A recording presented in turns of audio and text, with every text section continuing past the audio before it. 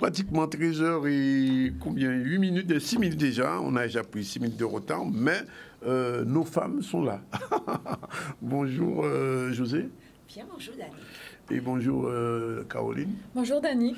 Il manque encore quelques personnes qui vont prendre un coup. Alors normalement aujourd'hui c'est la journée internationale des droits de la femme. Un peu partout dans le monde, on célèbre ça depuis le 19e siècle. C'est un moment important pour les femmes. Et cette année, l'année dernière on avait un autre débat. Cette année on a décidé de parler de la femme inspirante. Alors moi je vous pose la question, c'est quoi une femme inspirante? Je commence. Qui répond? Alors, une femme inspirante, on peut dire des femmes inspirantes, c'est une femme qui, à un moment dans ton parcours, à un moment dans ta vie, crée un déclic en toi, crée quelque chose en toi. Une femme qui te dit, son parcours est intéressant, je pourrais m'en inspirer pour moi-même construire mon parcours. D'accord. Caroline, c'est à peu près le même sentiment? Moi, j'irais un cran au-dessus encore. Pour moi, une femme inspirante, c'est une femme qui devient actrice d'une philosophie de vie et qui l'incarne de manière qui la matérialise à part des actions, voilà, des actions concrètes. Et ça, c'est des modèles, oui, des modèles dans lesquels on... Alors, ça veut dire qu'une femme ne naît pas inspirante, alors elle le devient? Alors, une femme, on ne naît pas femme, on devient femme. Ah bon, on n'en est pas femme? Là, je reprends Simone de Beauvoir. Simone de Beauvoir, oui. Ça veut dire tout simplement que être femme, c'est un état physique, certes, mais c'est surtout une construction. Une construction qu'on va mener toute sa vie, une construction qu'on va construire avec ses expériences, avec ses échecs, avec ses réussites. Mais en tout cas, comme disait, c'est une philosophie qui va nous construire et nous emmener chaque jour à nous élever un petit peu plus haut. Oui. Et donc, mais quand la femme devient inspirante, elle devient pour les hommes ou bien elle devient pour elle d'abord, Caroline? Alors, inspirante pour... Je vais laisser Caroline parler, excuse-moi, je suis envahissante. Non, vas-y. Inspirante pour elle, d'accord? Inspirante pour les autres, que ce soit des femmes ou des hommes. Inspirante pour les autres. Inspirante, ça veut dire que dans un domaine donné, tu peux être un exemple. Tu peux être celle vers qui on va essayer de tendre. Tu peux être celle qui va créer quelque chose en toi. Tu peux être celle qui va être ton mindset. Je veux être comme un tel. Donc, une femme inspirante, par exemple, pour la petite fille, ça peut être sa maman. Une femme inspirante pour l'élève en classe, ça peut être sa maîtresse. Je voudrais lui ressembler. Et dans sa vie, tout au long de notre vie, on a différentes femmes inspirantes, selon nos âges, selon les moments que nous vivons. Donc, autour de nous, il y a énormément de femmes inspirantes, des femmes célèbres, mais aussi des femmes absolument pas célèbres, qui sont pourtant des femmes inspirantes pour nous. Pour être inspirante, il faut être célèbre? J'ai répondu. J'ai répondu. Oui. Voilà. Oui. Alors, pour te répondre, Danick, à mon tour, pour moi, une femme inspirante doit être congruente, avant tout. Congruente, c'est-à-dire un accord entre ce qu'elle dit et ce qu'elle fait. Elle doit vivre ce qu'elle dit. Voilà. Et ça passe par inspirante pour elle-même, et après, elle peut rayonner autour d'elle et au-delà, socialement. Mais à travers cette congruence, elle envoie un message de vérité. Parce que on dit souvent, je parle de ce que je connais de notre société guadeloupéenne, qu'elle est machiste. Très. Je confirme. Alors l'autre question, bien sûr, bon, on fait le constat, la société guadeloupéenne, les hommes, ils sont machos et la société est machiste. Mais qui élève les hommes? Les femmes. Les femmes? Les Donc femmes. à qui la faute? Je suis consciente, c'est beaucoup de la faute des femmes. Et c'est pour ça que autour de nous, on a de cesse de répéter que l'avenir passe par l'éducation. L'éducation des filles, l'éducation des femmes, l'éducation de celles qui construisent, qui éduquent les hommes et les femmes de demain. Donc, la seule chance, le seul moyen de sauver le monde, c'est d'éduquer. Ça veut dire que les femmes d'aujourd'hui qui élèvent leurs enfants, leurs garçons, doivent avoir dans l'esprit que... Un autre regard sur l'éducation, un autre regard de ce qu'est un homme. Oui. Mais est-ce que ça change? Alors, est-ce que ça change? Doucement, j'ai envie de dire. Oui. Doucement, mais le plus important, c'est qu'autour de nous, il faudrait qu'il y ait des femmes, des hommes qui ne perdent pas espoir et qui continuent à militer pour que cette société devienne meilleure. Caroline? Moi, j'ai pas de problème avec les hommes machos, au contraire. Ah bon? Oui, moi, je trouve ça très beau de mettre en valeur la différence des genres. On veut trop niveler les hommes vers moins de force et de puissance et les femmes vers plus d'autonomie à tous les niveaux. Mais moi, je trouve ça beau de rester chacun dans son genre et d'en faire quelque chose de différent. Donc, après, tout dépend des besoins de contrôle des hommes. Il y en a qui sont dans des besoins de contrôle excessifs, certes, mais dans l'ensemble, moi, je ne vais pas blâmer un homme d'être trop viril. Oui. Alors, est-ce que viril et macho, c'est la même chose? Viril, Caroline. Alors, Caroline, j'ai du mal. Viril et macho, absolument. Macho, c'est l'extrême. Hein? Oui, parce que Danick, un homme viril, certainement, mais moi, j'ai du mal, Caroline, lorsque j'entre dans une réunion et parce que je m'appelle José et qu'on n'avait pas fait attention qu'il y avait un E, on dit « Ah, vous êtes une femme ?» J'ai du mal avec ça. Alors, macho, c'est pas misogyne non plus. Voilà, macho, on est entre les deux. Mais il y a toujours pire. Mais viril et macho, c'est quand même pas la même chose. Ah non. Non, mais macho, moi, j'ai aucun problème avec ça, en fait. Oui. Moi, ça me scinde pas du tout. Non, parce que je dis ça pourquoi? Parce que depuis des décennies, il y a même des lois qui vont dans ce sens-là. On parle de l'équité entre hommes et femmes parce qu'il n'y avait pas d'équité. Donc ça veut dire bien qu'il y avait un décalage. Ben oui, si on a eu besoin de légiférer, Danick, c'est que cette équité, elle ne se faisait pas de façon naturelle. Oui. Tu es d'accord sur ça? Ah oui, oui. Les femmes n'avaient pas le droit d'avoir une carte bancaire. Elles n'avaient même pas le droit de voter. Voilà, jusqu'en 1944. Oui. Donc c'est Simone Veil qui a poussé les lignes, qui a fait bouger les lignes. Oui. Vous n'avez pas le droit d'ouvrir un compte en banque sans l'autorisation du mari. Du mari. Voilà. Oui. Ouais. Donc il y a eu des progrès. Ah oui. Oui. Donc, quand on parle de macho, bon, alors ça, c'est le côté, bon, on va prendre ton expression en disant un homme viril. Mais ça va quelquefois jusqu'à la violence. Ah oui, bon, là, oui. Ah oui, complètement. Parce que les féminicides en France, il y a 2 jours, j'ai entendu une jeune femme s'est fait assassiner. En France, mais je ne sais pas pour ici, ce qui fait Danick, ce matin encore. Encore. On commence le journal par Journée internationale des droits de la femme. Oui. On commence par un féminicide. Un féminicide. C'est vraiment, c'est trop. Et alors, quand il y a féminicide, ça veut dire qu'il y a de la violence qui est exercée sur les femmes depuis longtemps, parce que bon, les extrêmes, bon, c'est-à-dire le féminisme. Bon, c'est l'extrême pour la femme qui veut se différencier, mais au maximum de l'homme. Ça, c'est d'accord. Mais le féminicide, qui sont de plus en plus fréquents dans la société française un peu partout, c'est bien preuve qu'il y a un problème quand même à ce niveau-là. Absolument. Même il y a 20 ans, ce mot n'existait pas. Et il y avait cette sémantique n'existait pas. On a créé ce mot, c'est un mot nouveau. Oui. Donc c'est signe que les clivages ont changé, c'est signe qu'il y a de nouvelles marques à prendre, et puis c'est signe qu'il faut dire attention. Je m'adresse à l'avocate. Dans les cas de divorce en général, ça vient plutôt de l'homme ou ça vient plutôt de la femme, globalement? On va faire une statistique, mais enfin globalement quand même. Moi, de ce que j'observais, c'est souvent les femmes qui quittent les hommes. Ah. Mais peut-être parce qu'ils sont trop machos, justement. Ah, quand même. Oui. Souvent, c'est elles qui partent. Pourquoi? Parce qu'elles tiennent les rênes du quotidien, donc elles n'ont pas peur de refaire un quotidien ailleurs. Oui. Mais bien souvent, quand elles partent souvent seules. Alors que quand un homme souhaite divorcer, bien souvent, il part pour une autre femme. Ouais. Oui. Voilà, les femmes partent seules, je ne suis pas tout à fait sûr que... Pas toujours. Ouais, d'accord. Pas toujours. Il ne faut pas généraliser quand même. Mais elles le font plus facilement. Elles le font plus facilement? Oui, justement pour protéger leur indépendance. Bon, alors il y a ça. Et se protéger des besoins de contrôle. Et les causes du divorce ne sont pas seulement des causes matérielles, les divorces, d'une manière générale. Ah non. Mais non. Complètement pas. C'est souvent violence. Violence ou tout simplement elles ont envie de... Maltraitance même. Oui.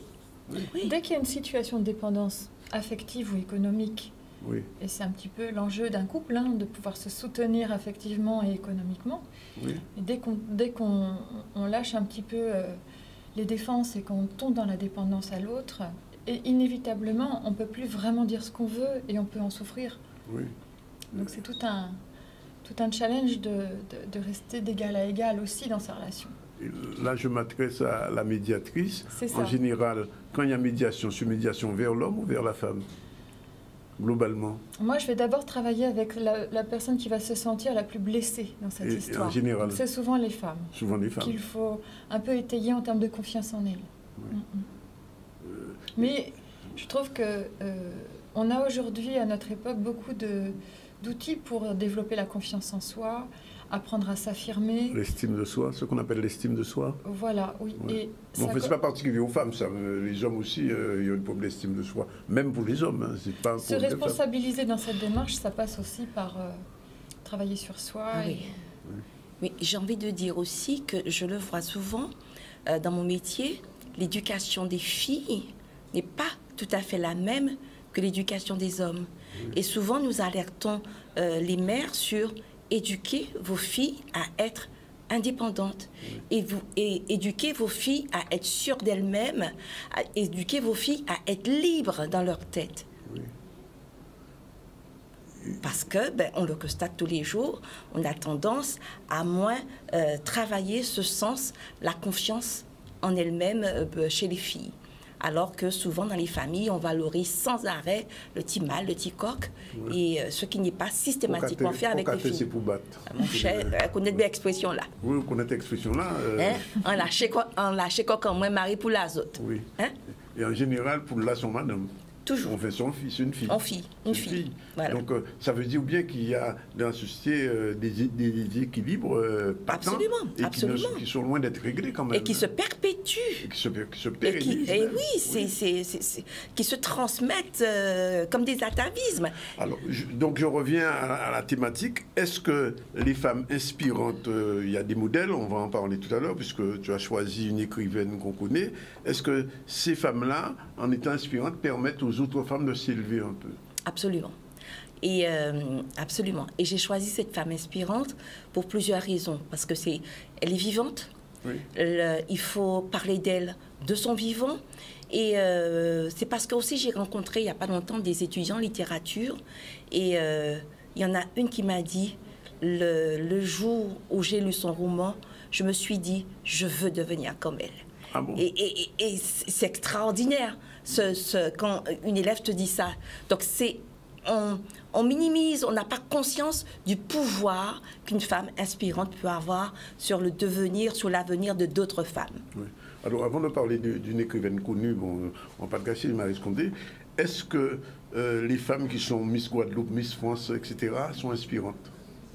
Absolument, ça dépend de quel domaine. Et non, ça mais dépend, pour les autres, je parle pour les autres. Absolument, et ça dépend à travers quel filtre tu vas regarder cette femme. Moi, peut-être que je n'aurais pas eu cette rencontre avec ces jeunes étudiantes, je n'aurais peut-être pas pensé à Maryse Condé comme femme inspirante, j'en aurais présenté une autre. Tu vois ce que je veux te dire? À un moment donné, une femme inspirante, ça dépend du filtre à travers lequel tu vas regarder ou du filtre à travers lequel tu veux dire quelque chose. Oui. Je ne sais pas si je pose la question à Caroline, qui est française. Tu as entendu parler d'une femme qui s'appelait Gisèle Halimi? Oui. Bon, elle vient d'être aujourd'hui mise en avant par le président de la République française parce que c'est une femme qui s'est battue pour les femmes. Oui. Pendant longtemps, elle a été avocate, s'est battue depuis à l'époque de l'indépendance de l'Algérie, elle s'est battue en France pour la cause des femmes, un peu comme Simone de Beauvoir, toutes ces femmes-là. Ce sont des femmes Simone Veil aussi. Simone Veil aussi, sont des femmes qui ont été inspirantes au niveau de la France. Et donc, on sait qu'en Guadeloupe, une femme comme Solitude, alors, on ne sait pas si elle a existé ou si elle n'a pas existé, c'est un vieux débat. Mais peu importe, oui. C'est-à-dire que c'est quand même un imaginaire collectif. Oui, oui. Bien et sûr. On s'accroche à cela. Oui, et donc, il y a des femmes dont on a parlé pour leur entrer au Panthéon en France, il y a eu pour solitude un débat, il y a une place solitude en France, etc. etc. Donc ça veut dire que dans l'histoire même de la femme, et ce soir il y a une pièce qui se joue sur Gertie Archimède, qui a été la première avocate noire guadeloupéenne. Elle aussi, c'est une femme inspirante. C'est une femme inspirante aussi. Donc il y a des modèles de femmes inspirantes. Il y en a beaucoup. Et ici, on n'entend pas d'hommes inspirants. Alors, certainement, il y a des hommes inspirants. Il y a forcément des hommes inspirants. Une société n'est pas faite de femmes ou d'hommes. Oui. Une société est faite de femmes et d'hommes. Oui, d'accord. Donc, il y a forcément des hommes inspirants. Mais aujourd'hui, on n'a pas pensé aux hommes inspirants parce qu'on est sur une thématique de femmes inspirantes. Oui. Et je veux surtout attirer l'attention sur célébrité ne veut pas dire forcément inspirant. Ah, d'accord. Oui. Les femmes inspirantes ne sont pas forcément des femmes célèbres. Dans nos vies, et je suis sûre, Caroline, dans ta vie, on a des grands-mères, des tantes qui nous ont inspirées et qui sont pour autant pas célèbres. Donc, femme inspirante, c'est vraiment, à mon sens, la femme pour qui, d'un point de vue, tu voudrais ressembler, pour qui tu te dis, je vais essayer de gravir les marches pour pouvoir me rapprocher d'elle. D'accord. Alors ça veut dire que Caroline, Anne de Bretagne n'est pas inspirante, ou bien elle est inspirante? Anne de Bretagne nous a épargné de payer des frais d'autoroute et de péage dans tout l'ouest de l'Hexagone. Oui. Donc on lui doit quand même une fière chandelle, parce que ça a traversé les siècles. Oui. Et c'est vrai que des femmes qui ont régné en métropole, il n'y avait pas eu beaucoup. Mais la Bretagne, oui, fait partie des régions un peu matriarcales où les femmes ont des gros tempéraments. Oui, je crois que c'est propre aux terres où il y a des pêcheurs, et je pense que la Guadeloupe est aussi concernée. Oui. C'est pour ça que je ne m'inquiète pas non plus pour les femmes guadeloupéennes.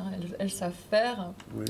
Ah non, mais elles ont résisté. Les femmes guadeloupéennes, elles ont beaucoup résisté. Avec leurs hommes. Oui. Pourquoi? Parce que les femmes dans les pays de pêcheurs, elles tenaient la maison. Elle tenait la maison pendant que les hommes partaient pendant des mois et des mois en mer. Et donc, les Bretons, ils arrivaient jusqu'ici. Et donc, quand les maris revenaient à la maison, ils ne faisaient pas tout comme ils voulaient.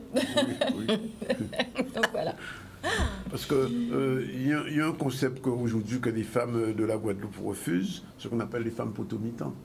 Alors, c'est le concept de la façon qu'il est vécu. Alors, peut-être que Caroline ne sait pas ce qu'on appelle ça va être un autre débat. Ah si, je sais. Ah, tu sais ce que c'est. Ah bah oui. La femme potomitan qui envers et contre tout, supporte tout, sans rien dire. Et qui elle fait tout. Elle est père et mère en même temps. Père, mère, tout, elle fait tout, elle se plaint pas, elle se drape dans sa dignité écorchée, mais on y va. Non, je ne suis pas ça. Je hurle, je gueule, parce que parfois c'est nécessaire. Je dis attention, j'ai aussi des émotions. Attention, je suis fragile et sensible. Je dis ça aussi, tu vois. Donc, le concept tel qu'il a été conçu, j'en veux pas trop. Mais si femme potomitan, c'est celle qui charpente la maison et la famille, nous sommes des femmes potomitans. Alors, il est 29, on va prendre la première pause, en espérant pour la suite que nos autres femmes seront avec nous. On les attend. Je parlais de Iman, de Martine et de Manika tout de suite. Voilà, on a une deuxième partie de ce débat sur la femme inspirante, le modèle de femme inspirante. Entre-temps, notre amie Iman est arrivée, elle est coach d'auto-hypnose. Oui, d'hypnose, de PNL. PNL aussi. Ouais. Et elle accompagne les gens. Alors, dans la première partie, on a discuté avec José et Caroline qui donnaient un petit peu leur sentiment sur la femme inspirante. Et je leur ai posé la question, qu'est-ce qu'une femme inspirante? On ne va pas reprendre tout le débat, mais je te pose quand même la question. Pour moi, une femme inspirante, c'est une femme qui pousse à l'action. Voilà, c'est une femme qui donne envie de se dépasser, d'atteindre ses rêves, de se dire que c'est faisable, que c'est possible, parce que cette femme-là le fait, en fait. Voilà, c'est ça pour moi, une femme. Alors, et j'avais, pour compléter, parce que j'ai eu à peu près le sentiment de José et de Caroline, et je demandais, est-ce une femme devient inspirante, mais elle naît inspirante? Et José m'avait dit que, premièrement, on ne naît pas femme, on devient femme. La vie fait qu'on devient femme. Alors, il y a une part, j'ai envie de dire, féminine et masculine dans chaque personne. Quand on a un chromosome X, donc on est XX, on est femme, d'accord. Donc, on le devient parce que la vie fait que souvent on est soumis à des expériences qui nous font évoluer. Le fait d'être maman aussi, c'est un vrai passage pour moi, pour être dans une autre dimension de sa féminité. Donc oui, au fur et à mesure, pour moi, il y a vraiment comme des rites de passage pour arriver à être la femme qu'on veut être ou qu'on devient. Oui, on devient une femme pour moi. La femme aujourd'hui doit devenir inspirante ou bien... Alors, en fait, on est inspirant aux yeux des autres, surtout, je pense, parce que... J'avais posé la question, justement. Ouais. Est-ce que la femme l'est pour elle ou pour les autres? On est inspirante pour les autres, je pense, parce que les gens ont un regard sur nous qu'on n'a pas forcément... En fait, on fait les choses sans, je pense, vouloir être inspirante. Voilà, c'est ça. C'est des choses c'est plus un regard que les gens, ça c'est mon avis, les gens vont avoir sur notre façon d'être ou de faire, qui vont dire ah ouais, elle arrive à le faire, donc wow, ça me donne l'élan pour. Mais foncièrement, une femme, quand elle fait des choses, parce qu'elle doit le faire en fait. Voilà, c'est ça. José ou Caroline disait que une femme inspirante n'est pas nécessairement une femme célèbre. Non, pas du tout. Mais vraiment pas, ça n'a rien à voir pour moi. La célébrité, non, mais vraiment pas. La célébrité, c'est quelque chose de complètement, déjà superficiel. Mais il y a des femmes célèbres qui oui, elles deviennent célèbres parce qu'elles font des actions qui sont inspirées. Inspirées, c'est inspiritum, donc par l'esprit, donc qui sont habitées par une force. Enfin, pour moi, c'est ça en fait. Le côté inspirant, c'est parce qu'il y a quelque chose qui te pousse à faire quelque chose. C'est pas de ton fait, forcément. Voilà. D'accord. Martine est arrivée, enfin. Alors, bonjour. Le débat a commencé depuis 25 minutes déjà. Elles ont donné leur sentiment sur l'inspiration de la femme, sur la femme inspirante. On n'a pas encore demandé le modèle. Quel est le modèle? Puisque José a fait un focus sur une femme inspirante qu'elle a choisie. C'est une écrivaine. Marie Escondé, tu as la parole, Martine. Bien, bonjour à tous. Oui, je suis en retard. Je vous prie de m'en... Très en retard. Non, je suis en retard. Et c'est pas la peine de dire très, puisque ça serait attiré sur le trait un peu plus. Je le suis. Mais je pense que, justement, nous parlons des femmes. Et les femmes, elles ont tellement de choses dans leur cerveau qu'il y a un moment où cela s'en mêle. Et j'avais beaucoup de choses aujourd'hui, dont mon émission, bien évidemment, comme chaque mercredi, à 13h30. Donc mon cerveau s'est dit, c'est 13h30, comme à l'accoutumée, et donc je suis restée dans Solarel. Ceci explique, n'excuse pas, mais explique. Ça n'explique pas. Voilà. Bon, non, allez, on l'accepte. On l'accepte. Merci beaucoup. Il y a une avocate là, donc... Caroline est médiatrice. Elle est médiatrice et avocate. Et en plus, une coach. Donc, voilà pourquoi je suis un petit peu... Vous voyez, on voit même la bretelle. Je vous dirai tout, vous savez, la bretelle de mon soutien-gorge et tout. Comme quoi, les femmes en portent aussi. Oui, et c'est nos bras aussi, c'est bien aussi. Hein? Le nos bras, c'est sympa. C'est bien aussi, mais ce matin, j'ai pas pensé à nos bras. Donc, on parle de tout, on parle de rien. Je suis bien contente d'être là, et surtout autour d'une journée aussi importante que celle-ci. Je rappelle que c'est toi qui as inspiré... J'ai inspiré, et pourtant, je ne pense pas être une femme inspirante. Et je rejoins à moitié, sur certains côtés, ce que vient de dire ma chère collègue, parce qu'en fait, on dit quand même qu'une femme inspirante n'est pas forcément célèbre, mais très souvent, elle devient une forme d'égérie, une personnalité qu'on aime à suivre parce que on se dit qu'elle a une telle force qui lui permet d'aller vers ce qu'elle a construit ou ce qu'elle veut obtenir, que forcément on a envie de lui ressembler quelque part et elle nous inspire. Et parfois, elles deviennent célèbres de fait de cette inspiration qu'elles ont vis-à-vis des autres, elles le deviennent. La femme que tu as choisie, ma chère José, elle est devenue célèbre parce qu'elle est inspirante aussi. Les deux sont liés. Elle est célèbre de par son écriture, mais elle est devenue inspirante parce qu'elle a fait des choses tellement fortes, tellement engagées, qu'on ne peut que la suivre. Et moi, concernant les femmes, moi j'ai je voulais présenter aujourd'hui une femme inspirante, et puis je me suis dit non, il y a trop de femmes qui ont fait de telles choses que c'est peut-être, mon inspiration, c'est peut-être un mélange de toutes ces femmes. Et donc effectivement, là vous voyez Maryse Condé, elle m'inspire parce qu'elle a connu une histoire forte, dramatique, elle a connu une rupture avec son pays, elle s'est construite sur cette rupture, et elle a écrit là-dessus, et elle a écrit surtout au sujet des femmes. Et quand elle écrit au sujet des femmes, ne serait-ce que c'est un ouvrage sur lequel j'ai travaillé pour une pièce de théâtre, Désirada, c'est encore une histoire de femmes, plusieurs générations, et qui sont obligées de faire leur place à travers, encore une fois, des forces et des pouvoirs d'hommes. Et donc c'est déchirant, c'est très fort. Donc elle m'inspire, cette femme. Elle n'est pas la seule. Il y a aussi Madame Georges Tarrer, que j'ai rencontrée, qui a collaboré avec moi sur un salon senior. C'est une femme inspirante aussi. Elle est centenaire, je crois. Elle est centenaire, bientôt 101. Ouais. On croise les doigts. Elle est inspirante parce qu'elle est forte et en même temps si fragile. Et en même temps, elle a fait tant de choses pour les femmes. Elle a fait tant de choses pour les enfants. Elle a fait tant de choses pour les femmes en Guadeloupe et bien au-delà. Donc, forcément, elle est inspirante. Et cette sagesse, elle l'a encore. Elle est à l'écoute de tout le monde. Elle est à l'écoute, toujours l'envie d'apporter quelque chose à son territoire et aux femmes autour d'elle. Et puis, il y a une autre femme dont je veux parler. Je veux parler de vraiment beaucoup de femmes qui m'ont inspirée et qui ont construit peut-être un petit peu ce que je suis ou ce que je ne suis pas, parce que finalement, je ne suis pas certaine qu'on arrive à retenir tout ça. Mais j'ai parlé également de cette femme Gladys West, qui a été à l'initiative de ce qui nous conduit aujourd'hui, et grâce à elle, j'ai pas mis mon GPS parce que je n'en ai pas dans la voiture, je m'en sers pas, mais c'est quand même cette femme, Gladys West, qui a la première imaginé, créé et permis que nous ayons aujourd'hui un GPS. C'est une femme noire, encore une, qui a été à l'origine de ce travail et qui n'a été reconnue pour son travail qu'il y a très très peu et récompensée. Parce qu'on a donné bien sûr les fondements même de cette découverte à des hommes. Voilà. Et il y a aussi cette femme chercheuse, l'une des 3 femmes chercheuses à la NASA, qui elles aussi sont des femmes inspirantes, puisqu'il y a un film d'ailleurs qui a été fait sur ces 3 femmes, les figures de l'ombre, qui ont travaillé très fortement pour tout ce qui était comment on dit ? Aéronautique, merci.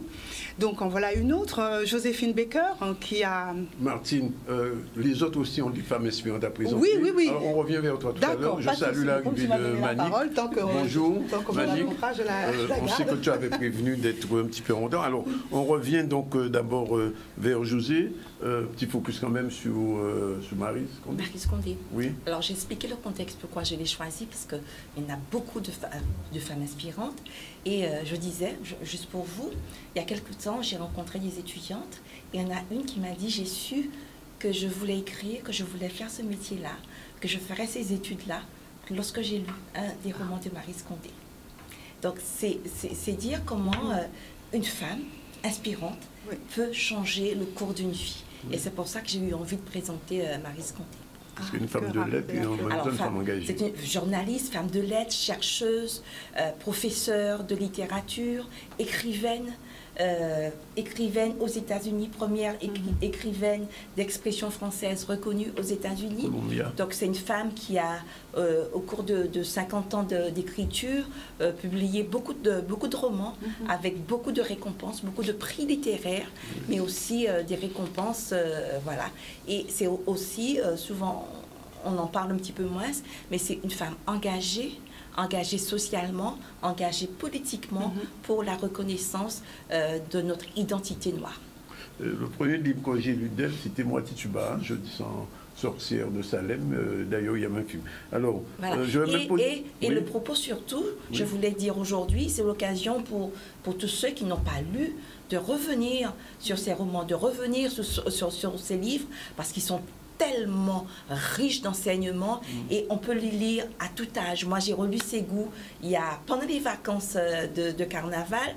J'ai relu Ségou il y a 10 ans et c'est absolument pas du tout la même lecture et la même vision que j'ai eue il y a 15 jours. Donc, relisez, c'est vraiment le moment de s'imprégner de ces femmes qui nous inspirent, ces femmes inspirées et inspirantes. Alors Caroline, est-ce que tu as des femmes inspirantes, ou une femme qui t'a inspirée ou que tu penses être inspirante? Eh bien, par accident, moi je suis tombée sur un texte de Maria Montessori dans lequel je me suis totalement reconnue, qui parle d'éduquer à la coopération. Et il est vrai que Josée, elle a eu une carrière auprès des enfants où elle a éduqué les enfants. Et j'ai envie de dire que moi, dans mon chemin de vie, j'ai envie d'éduquer les adultes à plus de coopération. Voilà, donc je tente ce pari.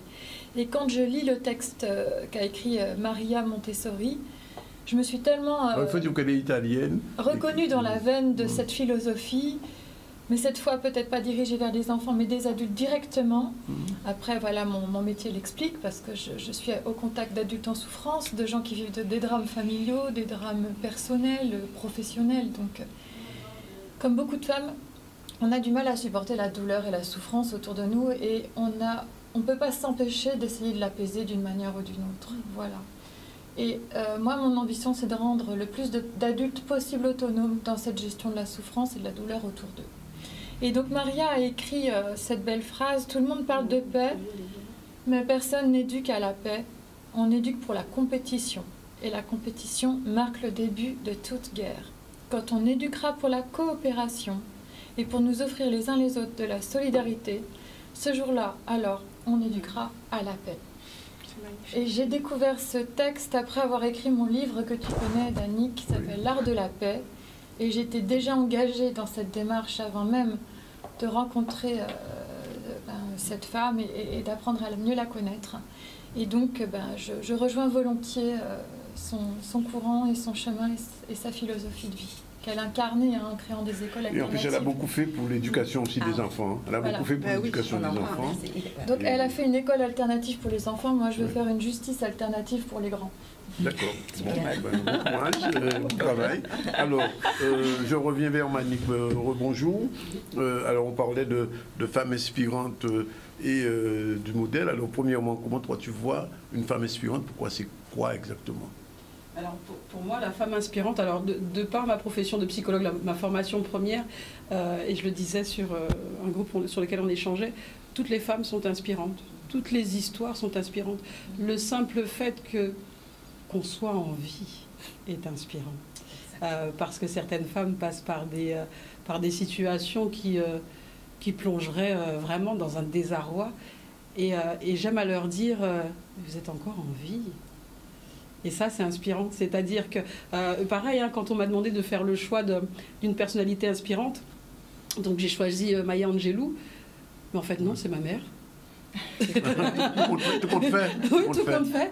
Tout compte fait. Si, c'est ma mère encore. Hier encore, je discutais avec elle, elle me racontait des choses qu'elle ne nous avait jamais dit lorsqu'on était plus jeunes.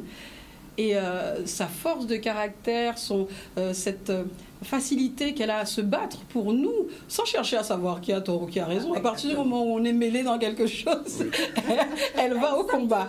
Elle va au combat pour nos droits. Et même si on est en tort, après, elle nous dira non, mais attends, quand elle prendra le temps de réfléchir et de dire attends, non mais c'est ça fait la même.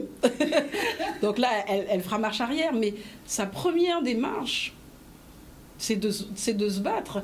Et c'est la Louve. C'est la Louve, c'est ça. Et je crois que j'ai pris ça d'elle, en fait. Chien pas fait chatte, mais là, oui, clairement. Le combat qu'elle mène et le combat qu'elle a mené pour nous, c'est le combat aujourd'hui que je mène pour mes enfants. Et donc Maya Angelou, oui, grande littérature, écrivaine, poétesse, etc. Mais non, la femme inspirante pour moi, c'est Madame Raspail Féliciane Madly. Ah, bon, ça. Tu vois, Dani, je disais, une femme inspirante n'est pas forcément une femme célèbre. C'est pour ça, oui. Elle est célèbre pour moi, parce qu'elle est auprès de mes enfants. Exactement. Mais oui, c'est celle qui émeut ton cœur à un moment donné. Oui, exact, tout à fait. Et sur cette même lancée, c'est cette fameuse femme de 60 ans qui me dit je ne sais pas lire, est-ce que vous pouvez m'apprendre à lire? Ouais. Elle aussi, elle est inspirante. À 60 ans, on se dit, elle a eu un déclic, elle se dit je veux. Et là, on se dit comment on peut passer tout un parcours de vie jusqu'à 60 ans et se dire que c'est à 60 ans que je veux apprendre à lire. Et là, on se dit, mais moi, de mes 30, 40 ans, ouais. Quand je vois Josée, quand je vois comment vous êtes, je vais être comme vous quand je serai grande. Ça fait plaisir, je suis une femme inspirante. c'est ça, c'est-à-dire... Attention, c'était ambigu quand même. Non, comme vous quand je serai grande. Non, quand je serai... Oui. Bah, moi, je l'ai pas mal pris. Pas du tout, il n'y a rien, mais c'est... Malik peut le dire parce qu'elle connaît notre différence d'âge. C'est dans la posture, dans ce que vous faites, tout un chacun dans vos domaines.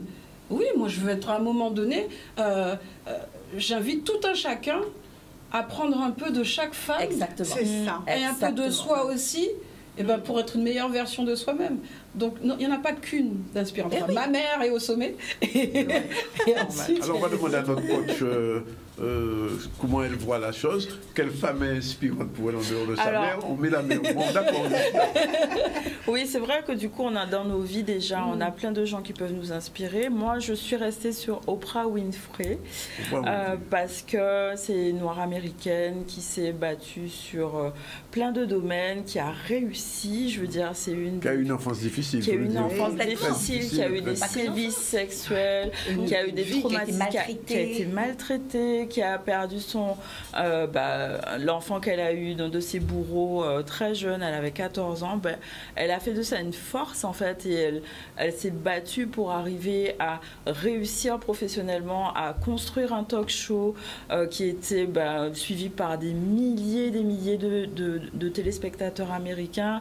Elle a eu une vraie influence pour moi politique parce qu'elle a suivi Barack Obama, qu'elle a pu vraiment accompagner, qu'elle a Michelle pour moi c'est l'une des plus belles femmes qui soit, donc qui est une de ses amies et elle est engagée en humanitaire. Elle a fondé une académie à Johannesburg en Afrique du Sud pour permettre aux femmes, aux jeunes filles d'acquérir des compétences en leadership et de pouvoir construire leur entreprise et de propulser en fait. Donc il y a une vraie démarche pour moi qui est énorme en fait. Pour moi c'est la femme inspirante par excellence parce que elle a fait de ses faiblesses une force pour surmonter les difficultés et réussir. Je veux dire, c'est l'une des femmes les plus puissantes aux États-Unis. C'est une blague. Et voilà quoi. Alors, je veux poser à toutes la même question, parce qu'il y a des femmes qui vous regardent en ce moment et qui sont peut-être pas inspirantes. Qu'est-ce qu'elles doivent faire ou ne pas faire pour être inspirantes ou pour inspirer? Alors, juste, n'ayez pas peur, osez. C'est difficile, ce n'est pas difficile, c'est difficile parce qu'on n'ose pas. Oui. Osez. Osez. Caroline? La force d'être inspirante, on la trouve quand on se détache du regard des autres. Et cette force-là, on la trouve dans sa congruence entre ce que l'on ressent, ce que l'on pense, ce que l'on est. Voilà, c'est un rapport à la réalité qu'il faut affronter avant tout. Et après, quand on s'inscrit dans cette réalité, on peut soulever les montagnes. Oui. Mais il faut être mu par une vraie authenticité et cohérence personnelle. Je pose la question... non, pas à la coach, on fait un dernier. Malik, qu'est-ce qu'une femme, une jeune femme aujourd'hui, comment peut-elle devenir inspirante ou bien de quoi elle peut inspirer? Est-ce qu'il y a une méthode? La coach va répondre, mais enfin j'ai bien envie d'entendre ta réponse parce que tu as été psychologue. Oui, alors toute femme est inspirante. Encore une fois, il faut se positionner en tant que femme inspirante. Rentrer dans ce costume de femme inspirante et ne pas se dire qu'on ne l'est pas. Parce qu'encore une fois, ça peut être la personne qu'on croise dans la rue et on lui raconte un petit bout de notre histoire et ça peut lui faire du bien à ce moment-là. On ne sait pas à quel moment on inspire. C'est ça la difficulté, c'est qu'on ne sait pas à quel moment on va toucher quelqu'un. Donc on se met dans la position de... Et quand on a cette position-là, cette stature-là, ce positionnement, on déplace tout. Oui, d'accord. Martine? Malik, tu es d'accord avec moi? Osons. Oui, c'est ça. Il faut vraiment se mettre dans cette posture d'être inspirant. C'est un costume et il faut oser se le mettre le matin, se lever et se dire je vais être inspirante pour quelqu'un. Voilà, tout à fait. Martine? Je vais répondre à cette question par une phrase que j'ai justement gardée. Une femme inspirante est une femme qui est ambitieuse et déterminée pour elle-même, déjà, qui sait ce qu'elle veut et qui construit, qui reconnaît l'importance de ses objectifs et de ses rêves surtout.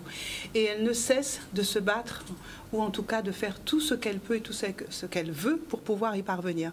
Donc à partir du moment où elle est inspirante pour elle-même, elle portera aussi, enfin les autres auront ce regard sur elle, parce qu'on va se dire elle a de la détermination, elle atteint ses objectifs, ou en tout cas elle met tout en œuvre pour l'atteindre.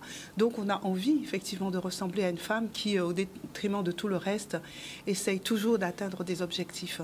Alors tu sais, Iman, il y a beaucoup de femmes qui n'ont pas d'estime d'elles-mêmes et qui ne peuvent pas peut-être être inspirées. Alors, qu'est-ce qu'une coach peut dire à une femme qui n'a pas d'estime d'elle, qui est complexée par X ou Y, par son travail, par sa taille, par sa grosseur, enfin peu importe. Qu'est-ce qu'on peut lui dire à cette femme-là? Qu'elle est assez telle qu'elle est. Elle est assez compétente, elle est assez belle, elle est assez intelligente. Comme elle est parfaite en fait. Oui. Voilà, c'est juste de croire en soi, en qui elle est profondément, en son essence, et à se faire... juste à croire en soi en fait, vraiment. Je pense que c'est de se dire que de ne pas se comparer aux autres, on est là pour quelque chose. On vient accomplir une mission sur Terre et chacun a la sienne et chacun a sa zone de génie et chacun est là pour accomplir ce qu'il a à accomplir de la meilleure façon qu'il soit. Donc elle a toutes les ressources en elle pour arriver à faire ce qu'elle veut. C'est vraiment ça. Et ça, c'est automatique ou bien il y a un travail à faire? Alors c'est un travail à faire, mais c'est un travail d'évaluer déjà avec honnêteté, de regarder avec honnêteté c'est quoi ses qualités, ses défauts, de regarder avec honnêteté c'est quoi, dans quoi on a déjà réussi, et c'est des blocages qu'on souvent se met soit parce que famille, parce que société, parce que plein de choses. En fait, c'est des blocages qu'on se met. Et en fait, si on se libère de ça, déjà, on peut aller beaucoup plus loin. Il n'y a pas de limite, en fait. Tout est possible. Vraiment. C'est vraiment une question de mindset et de voilà, vouloir vivre la vie de ses rêves, en fait. Oui. C'est la dernière question, on va terminer là. Je vais poser la question, je suis la réponse, en quelque sorte. Est-ce que la société guadeloupéenne permet à la femme d'être inspirante, Josie? Absolument. Oui. Absolument, parce que du moment que tu as pris conscience que tu as tout en toi pour être inspirante, oui, autour de nous, il n'y a que des femmes inspirantes. D'accord. Aujourd'hui, on a dû en choisir une, mais autour de nous, il n'y a que des femmes inspirantes. Donc vous êtes toutes là inspirantes? Absolument. Et je le crois déjà pour vous. Et on le revendique. Oui. Ça me rassure. Caroline pense pareil? Alors je rappelle que quand même, j'ai pas dit, Caroline c'est une nouvelle chroniqueuse, mais qui comprend le créole. Donc, si vous avez qui parlent en créole, qui comprennent. J'avais briefé mes collègues chroniqueuses avant l'émission en disant allez-y, lâchez-vous, ce ne sera pas un problème pour moi. Moi, je me suis épanouie beaucoup plus en Guadeloupe dans ma différence, ma féminité, ma créativité que nulle part ailleurs auparavant. Donc, oui, la Guadeloupe est une terre. Mais on dit que la Guadeloupe est difficile et dure. Non, la Guadeloupe est une terre pour qui la liberté, c'est sacré. C'est vrai. Monique, on le pense aussi. Oui, je le pense. Et alors, pour voyager également sur les îles anglophones, c'est démultiplié sur les îles anglophones. Le rapport de la femme, oui, on le voit sur la Barbade, dans les instances, les grandes instances politiques, les femmes sont présidentes. Oui. Enfin, voilà. On a des femmes présidentes à la région aussi. Hein. On en a vu. Oui, mais là, c'est présidente de la Barbade. Enfin. Oui. Tu